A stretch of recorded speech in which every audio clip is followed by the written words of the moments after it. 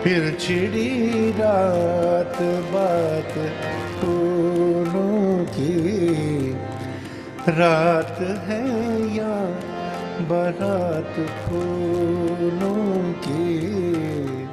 ऐसा है कि जब आपकी बात निकलती है, हम्म।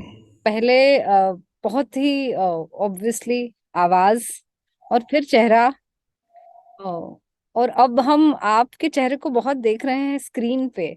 तो ये सुरों से संवाद तक का जो सफर है उसके बारे में कुछ बात छिड़ जाए। आप मुझे मेरा चेहरा बहुत देख रहे हैं स्क्रीन पर, बहुत कम देख रहे हैं, मुझे ज्यादा दिखना चाहिए और। नहीं मतलब अब स्क्रीन पे भी आप दिख रहे हैं।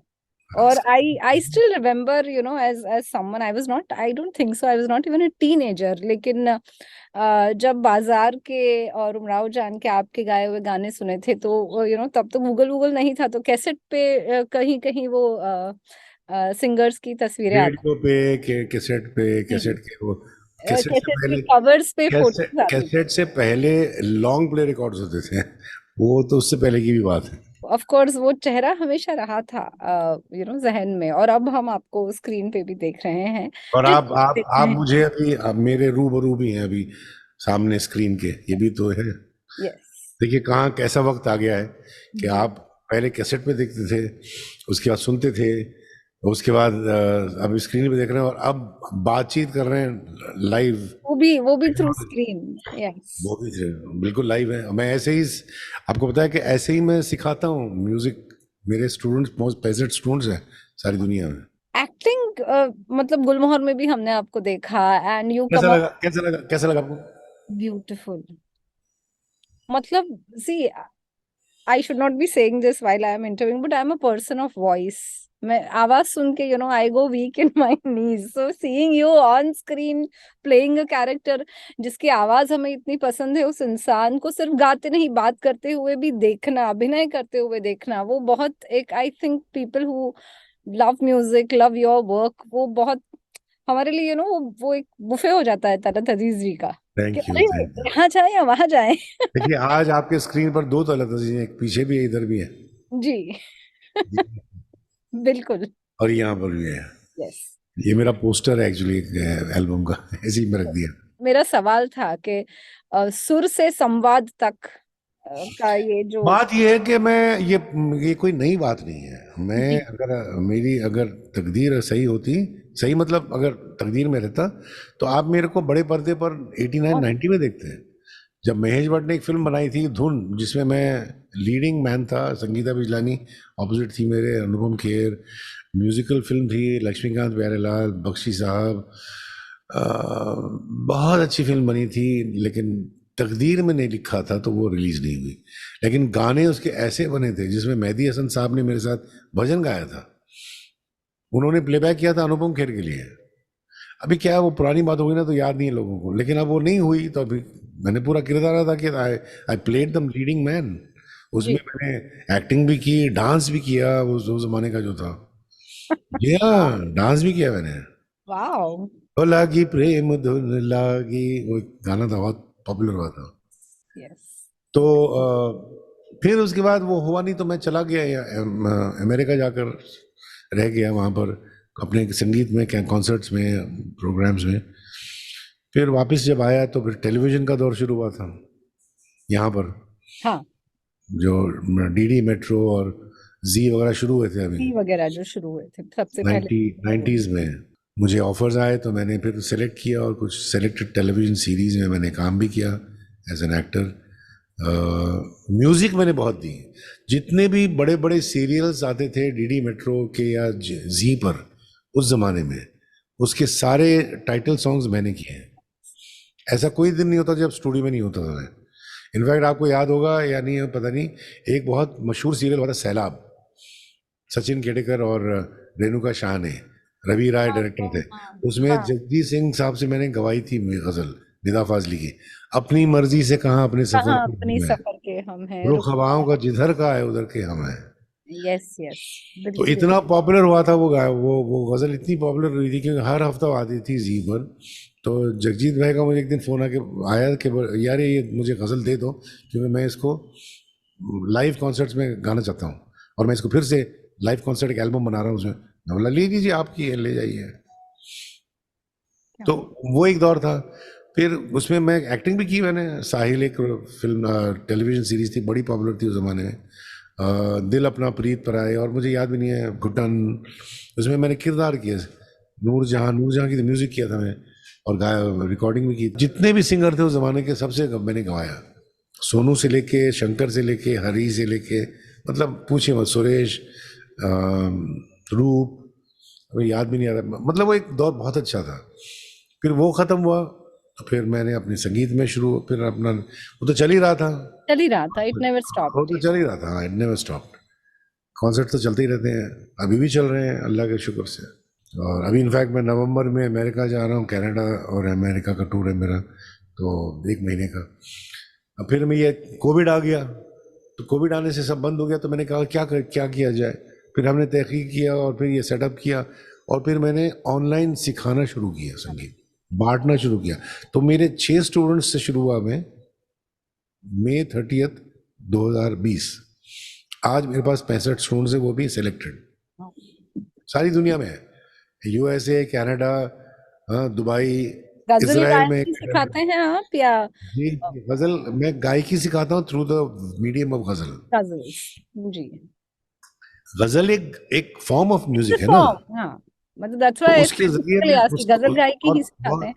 तो आप यकीन करेंगे, मेरे पास स्टूडेंट जो हैं, एक 11 साल का बच्चा भी है शिकागो में, वो भी सीखता है, और सीनियर सिटीजन्स भी हैं, सारे हिंदुस्तान में हर जगह है। अब मैं नाम लूंगा तो आपको बताता हूँ, मैं सारे सबको मैं पर्सनली जानता हूँ, एक फैमिली बन गई मेरी।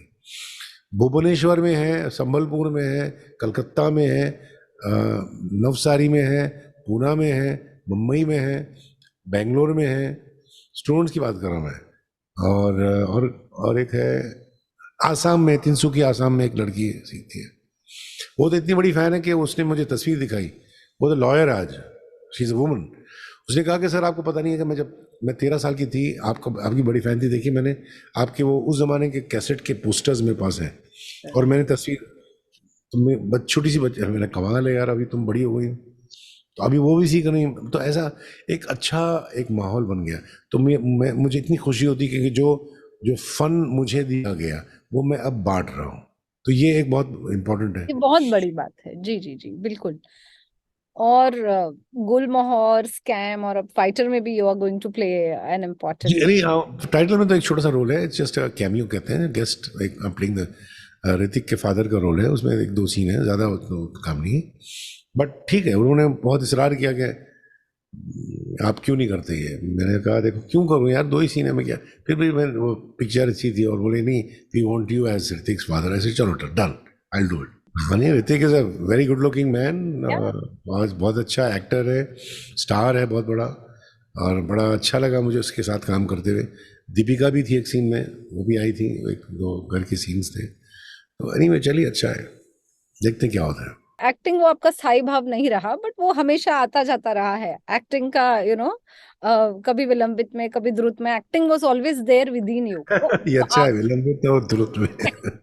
तो आपके अंदर का एक्टर जो है, जी, अ, आपको कब ऐसा लगा कि मजा आता है, ये करना ही चाहिए, because sometimes you do it for the sake of it, किसी फ्रेंड ने बोल दिया कि 2 सीन नहीं आप, नहीं नहीं नहीं नहीं, मैंने बट हाउ? ऐसे नहीं करता। मैं करता हूँ तो प्रोफेशनली करता हूँ काम। ऑफ कोर्स प्रोफेशनली करते हैं, बट मैं व्हाट कभी अबाउट कोई चीज सेक? मैं कभी कोई चीज जो है ऐसे, मतलब चलिए किसी ने कह दिया तो कर दिया, चलो, नहीं। No, no. Thinking of, you are basically a ghazal singer, but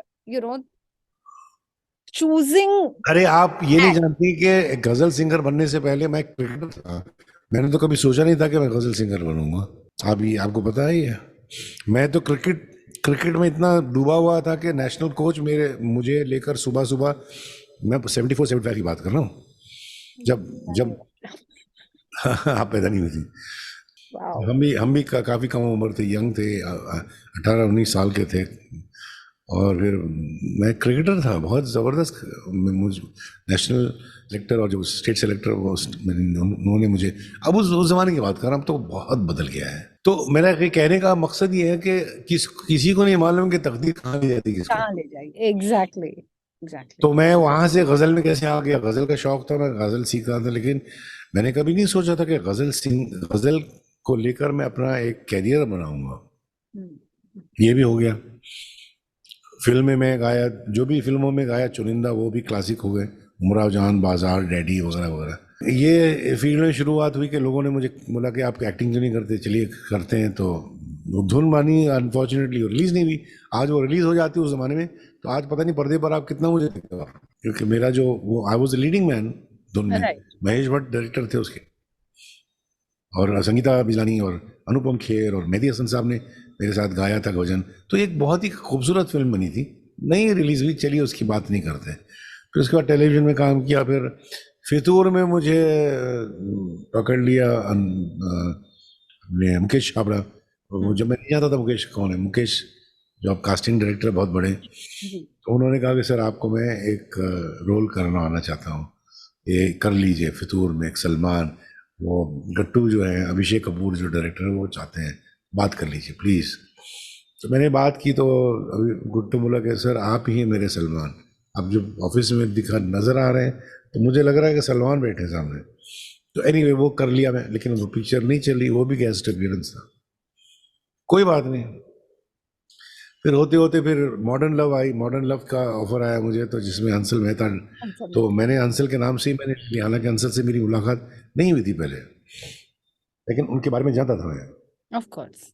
बोलते ना कि हम निकले थे और पता नहीं रास्ते खुलते गए, और कौन से रास्ते में कहाँ कौन सी गली में चले गए, और निकला तो पता नहीं कहीं और निकल गया, फिर इधर भी निकल गया। तो हर जगह एक्सप्लोर कर रहा हूँ मैं, जो जो मैं कर सकता हूँ, लेकिन मैं वही काम करता हूँ जो मुझे सूट करता है। ऐसा कोई काम नहीं करूँगा जो मुझे एम्बेरस करेगा। राइट। एक्टिंग भी जो करता हूँ, तो एज एन एक्टर मैं वहाँ पर एक्टर होता हूँ, मैं सिंगर नहीं होता वहाँ पर। तो वहाँ पर मुझे जो काम करना है वो, मैं जो डिमांड है उसका, मैं उसमें सुबह से रात तक मैं बैठ रहूँगा। सीन दो होंगे कोई बात नहीं, लेकिन मैं करके निकलूँगा। वैसे ही सिंगिंग में, कॉन्सर्ट में हम 2.5-3 घंटे बैठ के और लाइव ऑडियंस के सामने गा देते हैं, और फिर उसका अलग मज़ा है। इतने सालों से कर रहे हैं आज तो। फिर अभी टीचिंग का शुरू हुआ तो ये इसका भी अलग मज़ा है। मेरे स्टूडेंट्स कहाँ कहाँ से आते हैं। एक तो बच्ची है जो 19 साल की बच्ची है, पैदा हुई टोरंटो में, उसका नाम है नूर, और उसको गजलियात का शौक है और वो सीख रही है उनसे। मैंने बोला बेटा एक बात बताओ, तुम वहाँ पैदा हुई, तुम्हें इसका शौक? सर मुझे I don't know, I just love this. वैसे ही और एक है लड़की शीलिन चंद्रा एडमिंटन में, वो तो वहाँ उसकी, वो तो सेकंड थर्ड जनरेशन इंडियन है। उसके उसके माँ बाप फिजी फिजी उसके ग्रैंड पेरेंट्स फिजी से आए थे कनाडा। तो उसको भी शौक है, वो मेरी बड़ी फैन है। उस सारे मेरे एल्बम कवर्स उसके रूम में लगे हैं। तो मेरा मकसद ये है कि इतना अच्छा लगता है ना कि आप लोगों से मुलाकात कर रहे हैं, तो मुझे पता कैसे लगता, जी जी जी। और मैं और सिखा रहा हूँ। जी, और अब हाँ, और इतने डिफरेंट एज ग्रुप्स के साथ एक इंटरेक्शन भी बिल्ड होता है जब आप सिखाते हैं। और उसमें उसमें एक मेरा फायदा भी हुआ है मेरे फन में। क्यों मालूम आपको? रोजाना मैं सिखाता हूँ, कभी कभी 6-6 घंटे हो जाते हैं, तो मेरे फन में मेरा रियाज हो जाता है। रियाज मैं हो भी जाता है जी। मौसीकी को अलग तरीके से देख रहा हूँ अभी मैं। हर एक सिंगर जो है टीचर नहीं बन सकता, ये भी याद रखिए। That's true.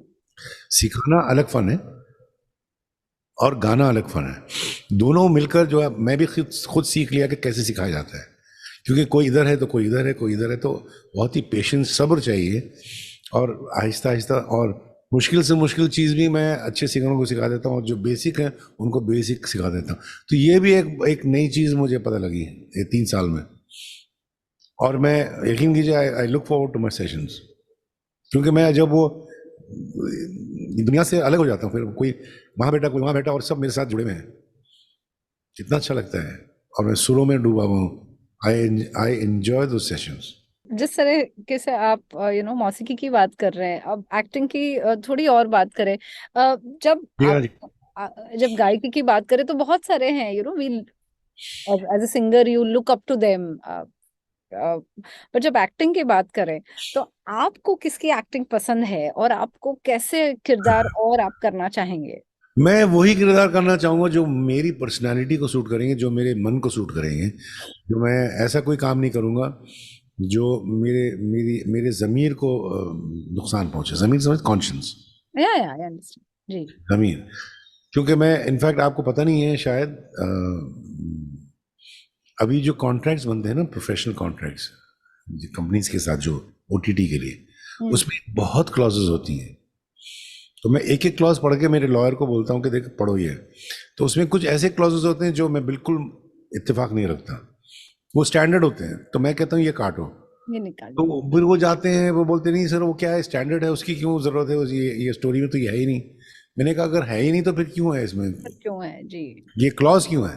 तो मैं नहीं करूंगा ये सीन्स। अगर अब आप कल बोलेंगे कि ये करना पड़ेगा आपको क्योंकि आपके कॉन्ट्रैक्ट में, मैंने कहा नहीं, ये ऐसी इस किस्म के सीन मैं नहीं करूंगा, बाकी के सब करूंगा मैं। समझ गए ना मैं क्या बोल रहा हूँ, मैं नहीं, इशारे इशारे बिल्कुल इशारे के लिए काफी है, बिल्कुल समझ इससे गई। ज्यादा नहीं। I have read between the lines, सब यस, टेक्स्ट मैंने पढ़ लिया। यस, जो यस। मीन लगाई ना आपने, वो मीन मुझे सुनाई दी। लेकिन अभी क्या है कि अच्छे कैरेक्टर, अच्छे डायरेक्टर, अच्छी कहानी, अच्छी स्क्रिप्ट और अच्छे को एक्टर्स आपके साथ मिले जो, तो बहुत लुत्फ आता है। पता जी ही नहीं लगता कि शूट कर रहे हैं। जैसे कि शर्मिला जी, मनोज, मैं सब दिल्ली हाँ में शूट कर रहे थे, एग्जैक्टली। पता ही नहीं लग रहा था, हम घर में बैठे हैं, बातें कर रहे हैं, गा रहे हैं, एंजॉय कर रहे हैं, पता ही नहीं लगा कि 10-15 दिन कहाँ से निकल गए। Sharmila Tagore is someone oh yes, I know her for a long time. Beautiful and I am sure you must be, या वही मैं पूछना शर्मिला चाहती थी कि नहीं, आपने क्या शर्मिला जी से मेरी मुलाकात बहुत सालों के बाद हुई सेट ओके पे। I knew her because not her directly but her husband Tiger Tiger Pataudi. Pataudi. Because जब मैं यंगस्टर था, क्रिकेट खेलते थे आप? जी मैं उनको नेट्स पर मुझे बुलाया करते थे, जयसीमा, एमएल जयसीमा, टाइगर पटावटी, आबिद अली साहब, जो सब टेस्ट क्रिकेटर्स थे। तो मेरे पास स्पेस थी तो वो मुझे बुलाते थे और मैं वहाँ से उनसे इंटरेक्ट करता था। फिर टाइगर पटावटी की जो बड़ी बहन है, अब अभी तो नहीं रही, इंतकाल हो गया उनका, उनके जो दो उनके बेटे जो हैं, दो बेटे मेरे स्कूल में थे, पब्लिक स्कूल में। ओके। तो इनफैक्ट जब इनकी शादी हुई तो वहाँ पर बहुत बड़ी दावत हुई थी उनके पुराने, बशीर यार जंग, वो जंग फैमिली थी, पाएगा पैलेस, पाएगा हाउस, जो रॉयल फैमिली होती है हैदराबाद की। जी जी जी। तो वो पुराना रिश्ता था। फिर मैं टाइगर से मिला भी था लंदन में 2004 में, 2003 या 4 मुझे याद नहीं है, हाँ 2003-4 की बात।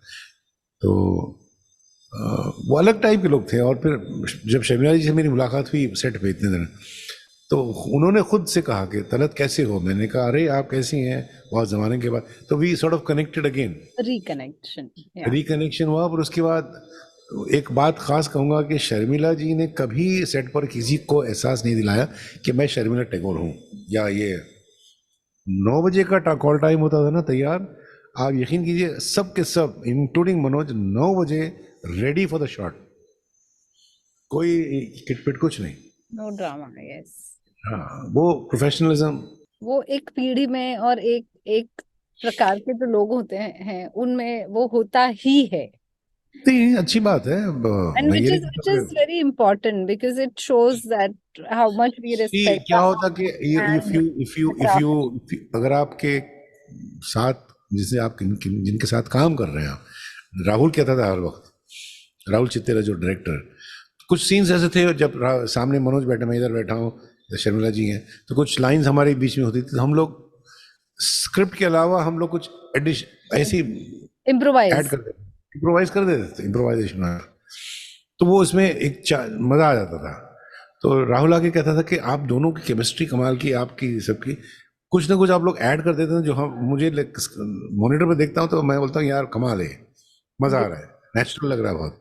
मैंने कहा हमने सोचा नहीं है, जो लिखा गया है वो तो हम कर ही रहे हैं, लेकिन साथ साथ में उसमें कुछ, तो ये अलामत है अच्छे लोगों की, अच्छे किरदार, अच्छे को एक्टर्स की, जी जो आपका आपका परफॉर्मेंस रेस करते हैं। मुझे याद है एक बार एक डायलॉग था जिसमें एक बहुत ही गाढ़ा हिंदी का लफ्ज था, तो मुझे वो अटक रहा था, मैं उसमें, तो मनो सामने बैठे थे, तो मैं बोला तलत भाई ये ऐसे है ऐसे है। हाँ, मैंने कहा चलो टेक करो चलो भाई। सो हम ऐसा एक्सपेक्ट कर सकते हैं कि हम आप आपको और स्क्रीन पर देखेंगे। बिल्कुल, मैं भी एक्सपेक्ट ये करता हूँ। उम्मीद भी करता हूँ और सबको कहता हूँ कि भाई अगर आपके पास कोई अच्छा कैरेक्टर है और आप जहाँ मैं फिट होता हूँ, आइए, करेंगे। आते हैं, बहुत सारे ऑफर्स आते हैं, लेकिन वो सब फ्रुक्टिफाई नहीं होते हैं। जी जी जो जी। होते हैं तो हो जाते हैं। आएंगे और मैं करूँगा। कुछ तो मुझे छोड़ने पड़े बिकॉज डेट्स नहीं थी मेरे पास, अनफॉर्चुनेटली। वो दे दिया था मैं मेरे कॉन्सर्ट्स के लिए। तो मेरा एक नियम है कि जहाँ पर मैंने अपनी जबान दे दी तो वहां फिर पे वो तो चेंज करना ही नहीं है। है। जी मैं जी। वो छोड़कर ये नहीं छोड़ ले सकता। जैसा कि मैंने गुलमोहर के शूट पे मैंने 2 कॉन्सर्ट छोड़ दिए बिकॉज वो सडनली बीच में आ गया कि सर एक बहुत ही, मैंने कहा भाई डेट शूटिंग की है ऑलरेडी, मैं दे चुका हूँ, तो नहीं छोड़ के आ सकता। वैसे ही मैंने एक बार एक कॉन्सर्ट की वजह से, एक बहुत ही स्पेशल कॉन्सर्ट था, उसकी डेट में नहीं छोड़ा वो, क्योंकि दूसरे दिन मुझे उन्होंने बुलाया कि आप मनाली पहुंच जाइए, आपका, मैं पहुंच ही नहीं सकता मैं। अच्छा। दूसरे, आप दूसरे तीसरे दिन करिए, मैं आ जाऊंगा। तो बोले नहीं सर, हो नहीं सकता। मैं फिर माफ़ी चाहता हूँ, सॉरी। फिर छिड़ी रात बात फूलों की, फिर छिड़ी रात बात फूलों की, रात है या बारात फूलों की, रात है या बारात फूलों की। गूज़बम्स आ गए। I can't believe this. And Farooq साहब मेरे बहुत अजीज दोस्त थे। फारूक साहब बहुत अच्छे आदमी थे। 2-3 बार मेरे घर पर भी आए थे, उनको खाने का बड़ा शौक था, तो मेरी वाइफ ने हैदराबादी खाने बनाए थे। तो या मजे की बात यह कि आए थे, कुर्ता पजामा उनका जो था, दिस इज मेरे ख्याल एक साल 2 साल पहले उनकी, उनका इंतकाल 2013 में हुआ, दिसंबर में, इफ आई जी एम नॉट जी रॉन्ग। जी जी जी। तो ये 2012 या 11, हम लोग एक शो भी किया था हमने, बयान गालिब, वो गालिब बने थे, मैं गाता था, और सलीम आरिफ जो है वो नरेटर थे। अरे वाह। बहुत मजा आता था। लेकिन शो खत्म होता था और उसके बाद हम लोग सीधा पहले जाते थे, खाना का अच्छा कहाँ मिलेगा बताओ। ये या बड़े शौकीन थे खाने के वो। बहुत शौकीन इट थे। Was very very very sad to hear about him dying. In fact ये मुझे याद है दिसंबर का महीना था, और उन्होंने क्रिसमस के टाइम पर मुझे हर वक्त, ईद हो क्रिसमस हो, हमेशा मैसेज, उनका मैसेज आता था। राइट, और यस। मुझे मैसेज आया था क्रिसमस का, और उसके बाद 3 दिन के बाद 3 पता दिन लगा में, कि हाँ। It very sad. Was shattering. I remember उन्होंने मुझे, एंड वो बहुत, so I was in Gujarat earlier, so वो हमेशा कहते थे कि तुम वेस्ट हो रही हो गुजरात में, बॉम्बे आ जाओ, बॉम्बे आ जाओ। मैं बॉम्बे शिफ्ट हुई और मैंने उनको बताया कि मैं आ गई हूँ अभी। तो क्रिसमस पे जब हमारी बात हुई तो उन्होंने बोला मैं आता हूँ घर, मुझे गुजराती कढ़ी खानी है और ये खाना है वो खाना है। इससे ठीक है, हमारी ये बात हुई और फिर दैट्स लाइफ, कोई बात नहीं। चलिए Jitendra, it was very nice talking to, Thank बड़ा you very मजा आया। much. Thank you. Thanks a lot. It was lovely talking to you and I'm so grateful आपने गाया तो पता नहीं मुझे क्या क्या याद आ गया। Welcome, thank you so much. Thank you. चलिए, Thank bye you. Bye bye. Bye-bye. Subscribe to Midday India. Get direct notifications on all our videos by clicking on the bell icon.